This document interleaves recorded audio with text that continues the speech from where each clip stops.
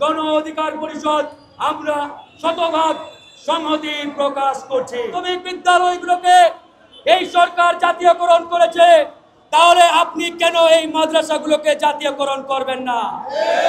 আমরা এক দেশে দুই আইন দেখতে চাই না, আমরা এক দেশে দুই নীতি দেখতে চাই না।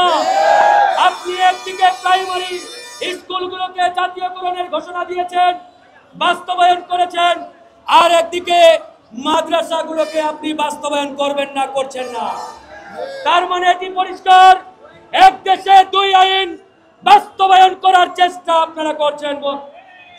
প্রিয় ভাইরা আমার, আমরা আজকে এই আন্দোলন থেকে এই সরকারকে বলতে চাই এবং বলবো, এই সরকারের যে প্রাথমিক ও গণশিক্ষা বিষয়ক উপদেষ্টা রয়েছেন তাকেও আমরা বলতে চাই, শিক্ষকদের সাথে বেশি টালবাহানা করেন না।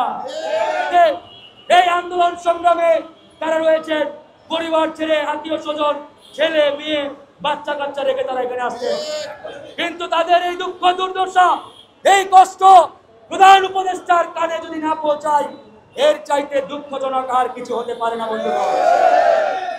আমি মনে করি প্রধান উপদেষ্টার কান বরাবর আপনাদের এই বার্তা পৌঁছানো হয়, আঙ্গুলে ঘি উঠে না।